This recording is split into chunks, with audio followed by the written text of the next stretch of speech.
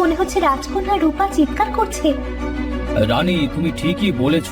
চলো তো যে দেখি রাজকন্যার কি হলো।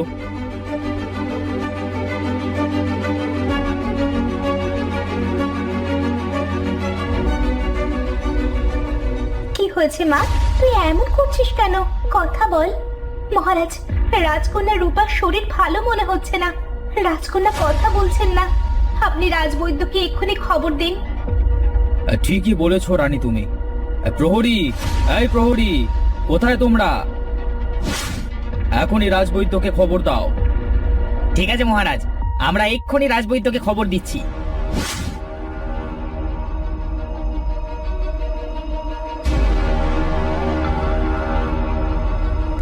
এই রাজবৈদ্য মশাই, ও রাজবৈদ্য মশাই, মহারাজ আপনাকে এক্ষুনি তলব করেছে। রাজকন্যা খুব অসুস্থ। কি বলছো কি তোমরা? হ্যাঁ, তাড়াতাড়ি চলো, রাজকন্যার কি হলো দেখি।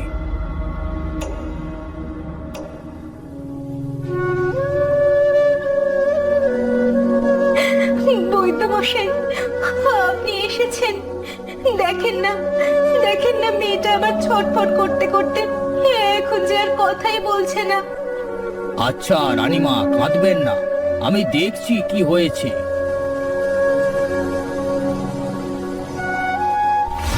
সর্বনাশ হয়ে গিয়েছে রাজা মশাই।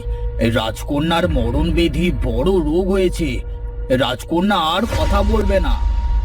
কি বলছেন কি রাজবৈদ্য মশাই আপনি? রূপা আর কথা বলবে না? রাজবৈদ্য মশাই, আপনি আমার মেয়েকে বাঁচিয়ে দিন, যে করেই হোক। যত টাকা লাগে আপনাকে আপনাকে আমরা দিব। ওর কিছু হলে যে আমি বাঁচবো না। মহারানী, টাকাটা বিষয় নয়। রাজকন্যাকে বাঁচাতে গেলে 3 গাছের 3 ফল লাগবে। লাল আপেল, নীল আপেল আর কালো আপেল। কোথায় এই ফল? রাজবৈদ্য, আমাকে বলুন, আমি এক্ষুনি প্রহরীদের পাঠিয়ে দিচ্ছি। এটা রয়েছে হলুদ পাহাড়ের উপর। এই ফল যে আনতে যাবে তার মৃত্যু অনিবার্য। কিন্তু কিন্তু কেন রাজবৈদ্য মশাই? কারণ এই ফল আনতে হলে 7 সমুদ্র 13 নদী পার হতে হবে। ভয়ঙ্কর ডাইনি, বাঘ আর বড় অজগর সাপ 3 জনের সাথে লড়াই করে এই ফল উদ্ধার করে আনতে হবে। এটা কোনো সাধারণ মানুষের পক্ষে সম্ভব নয়। যে করেই হোক আমার মেয়েকে ভালো করতেই হবে। প্রহরী, সমস্ত রাজ্যে ঘোষণা করো যে আমাকে হলুদ পাহাড় থেকে লাল, নীল এবং কালো এই 3 ফল এনে দিতে পারবে তাকে আমার মেয়ের সাথে বিয়ে দেব। আচ্ছা মহারাজ, আমরা এক্ষুনি যাচ্ছি।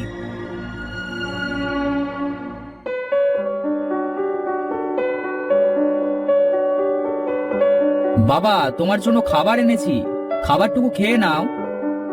বাবা, আমি পরে খাচ্ছি, তুই একটু দোকানে বস, আমার একটা কাজ আছে, আমি কাজ শেষ করেই আসছি। আচ্ছা বাবা, তুমি যাও তাহলে।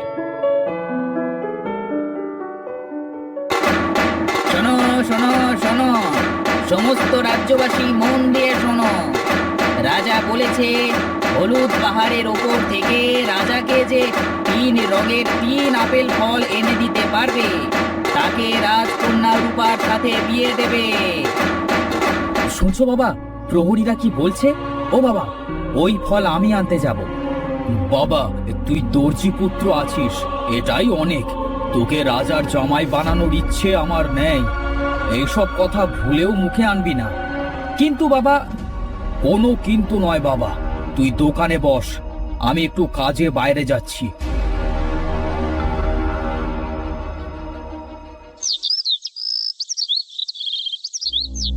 মহারাজ, মহারাজ, 2 দিন তো পার হয়ে গিয়েছে। আমাদের মেয়েটা বিছানায় পড়েই আছে। কেউ তো ওই 3 ফল আনতে রাজি হচ্ছে না। ঠিক বলেছো রানী তুমি। আচ্ছা, আমরা প্রহরীদের আবার ঘোষণা করতে বলি, সেটাই ভালো হবে। প্রহরী, তোমরা আবার 3 ফল আনবার কথা সমস্ত রাজ্যে ঘোষণা করো। যথা আজ্ঞা মহারাজ।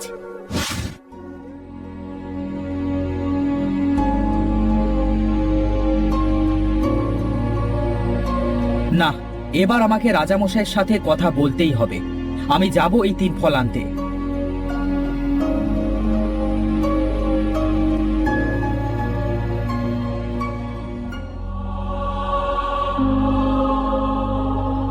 আসতে পারি মহারাজ? কে তুমি বাবা, আর কি চাও তুমি? রাজামশাই, আমি দর্জি পুত্র রাজু। আমি এই 3 ফল আনতে রাজি। রাজু, এটা কিন্তু মুখের কথা নয়। এই ফল আনতে যে তোমার মৃত্যুও হতে পারে। এই ফল যে আনতে যাবে তার মৃত্যু অনিবার্য। এই ফল আনতে হলে 7 সমুদ্র 13 নদী পার হতে হবে। ভয়ঙ্কর ডাইনি, বাঘ আর বড় অজগর সাপ 3 জনের সাথে লড়াই করে এই ফল উদ্ধার করে আনতে হবে। মহারাজ, আমি জেনে শুনেই রাজি হয়েছি। আমাকে আপনার সবচেয়ে সাহসী 2টা ঘোড়া এবং খাবার দিতে হবে। তোমার সাহস দেখে আমি অবাক হচ্ছি। তোমার মতো একটা বীর আমার রাজ্যে আছে সেটা আমি জানি না। আচ্ছা, তুমি নিয়ে যাও তোমার ঘোড়া আর খাবার।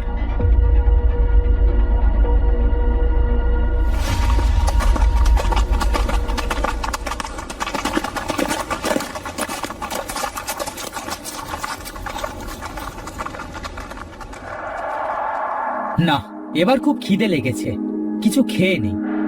আরে, ওই তো একটা হরিণ। বিপদে পড়েছে মনে হচ্ছে। দেখি তো কি হয়েছে। আমাকে কেউ একটু পানি খাওয়াবে? তৃষ্ণা পেয়েছে খুব।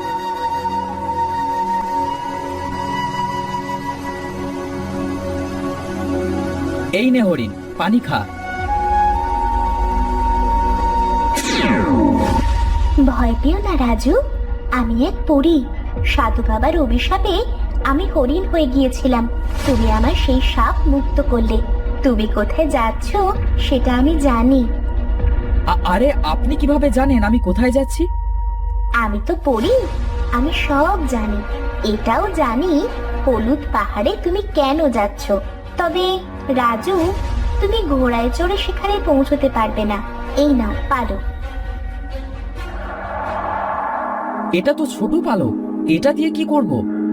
এটা কোনো সাধারণ পালক নয়। এই পালককে যেখানে নিয়ে যেতে বলবে, পালকটি বড় হয়ে পলকের ভেতর তোমাকে সেখানেই নিয়ে যাবে। পরিরানী, সেখানে তো ডাইনি, সাপ আর ভয়ঙ্কর বাঘ আছে। তাদের সাথে আমি লড়াই করব কিভাবে? এই পালক থেকে একটা করে পশম সাপ, বাঘিনী, বাঘের শরীরে ফেলবে। তারা তোমার কিছুই করতে পারবে না। ধন্যবাদ তোমাকে পরিরানী। ও, আরেকটা কথা, তোমাকে ওই 3 ফল নেওয়ার ছড়া শিখতে হবে। কি সেই ছড়া পরিরানী?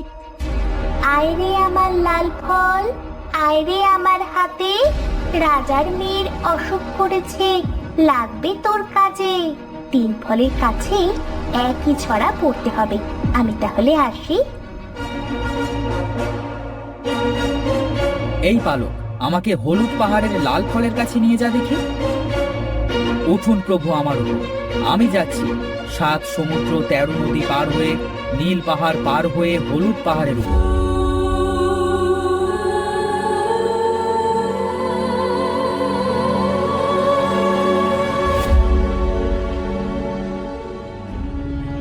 আর কত সময় লাগবে যেতে? আমার তো আর তর্স হইছে না। আচ্ছা, আমি এক কাজ করি, 3টা পশম এখনই ছিঁড়ে রেখে দিই।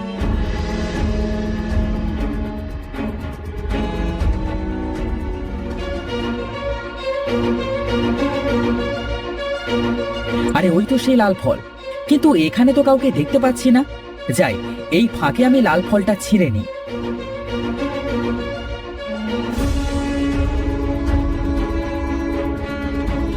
আয়রে আমার লাল ফল, আয়রে আমার হাতে, রাজার মেয়ের অসুখ করেছে, লাগবে তোকে কাজে। যাই, এবার নীল ফলের কাছে যাই।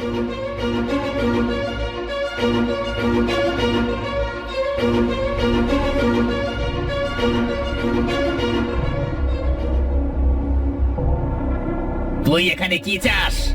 আর আমার নীল ফলে হাত দিলে আমি কিন্তু তোকে ছাড়বো না। আয়রে আমার নীল ফল, আয়রে আমার হাতে, রাজার মেয়ের অসুখ করেছে, লাগবে তোকে কাজে।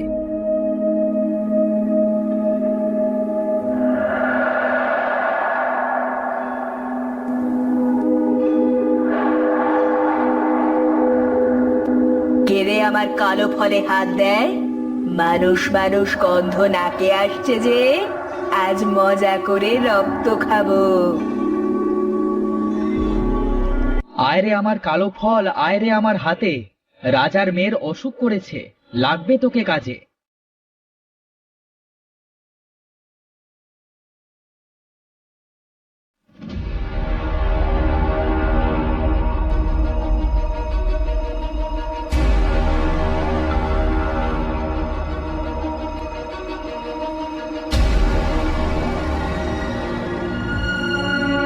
রাজামশাই, আপনার 3 ফল, এই যে।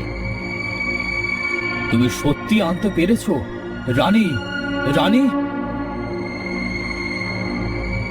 এই দেখো সেই 3 ফল। এবার আমার মেয়েটা সুস্থ হয়ে যাবে। সত্যি বলছেন মহারাজ? রাজামশাই, হাতে আর বেশি সময় নেই, আমার কাছে ফল 3টে দেন, আমি ওষুধ তৈরি করি।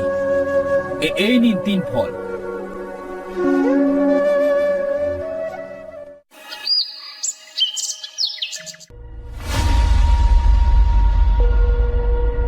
রাজকন্যা, রাজকন্যা মা আমার, তুই ঠিক আছিস? মহারাজ, মহারাজ দেখেন, রূপা একদম ঠিক হয়ে গিয়েছে। ঠিকই বলেছো রানী, আর এই সব সম্ভব হয়েছে সাহসী দর্জি পুত্র রাজুর জন্য। আমি কালই রাজু এবং রূপার বিয়ের কথা সারা রাজ্যে ঘোষণা করব। মহারাজ, রাজকন্যার বিয়ে হবে এক সামান্য দর্জি পুত্রের সঙ্গে? মা, কথা যখন দিয়েছেন তখন তো সেটাই করা উচিত। আমার এই বিয়েতে কোনো আপত্তি নেই।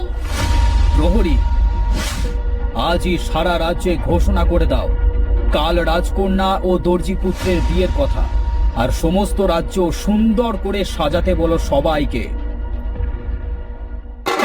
শোনো শোনো শোনো, সবাই মন দিয়ে শোনো। দর্জিপুত্র রাজুর সাথে রাজকন্যা রূপার বিয়ে, কাল সবাইকে রাজদরবারে নিমন্ত্রণ।